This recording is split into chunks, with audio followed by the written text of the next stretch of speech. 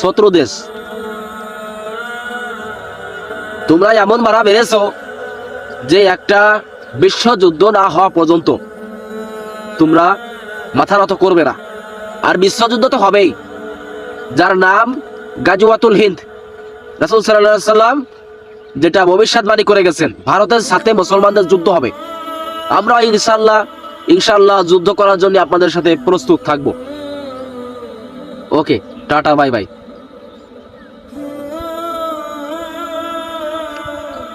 খুব গুরুত্বপূর্ণ একটা খবর, সত্যি। তোরে বাইরে আবার ভুল হয়েছে, বুঝতে পারছি। আচ্ছা, যা সে মেশিনটা কোয়ানে হ্যান্ডেল মারতে হয়, তুই জানিস না কোয়ানে হ্যান্ডেল মারতে হয়? না জানি না। দুস বাড়ি যা, কি জানিস জীবনে তালি?